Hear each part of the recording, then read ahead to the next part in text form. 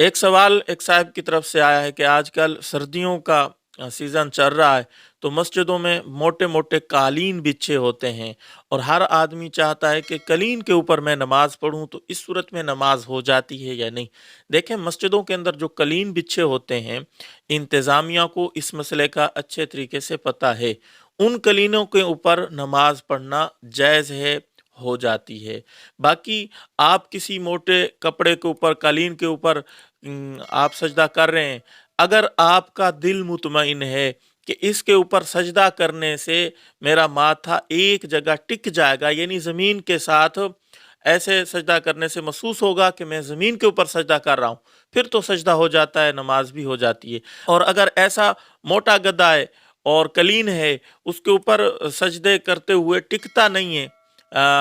वो ज़मीन के ऊपर ऐसे महसूस होता है कि ऐसे हिलता-जुलता रहता है, मतलब है, तो फिर उसके ऊपर सजदा नहीं होता, उसकी नमाज़ नहीं होती।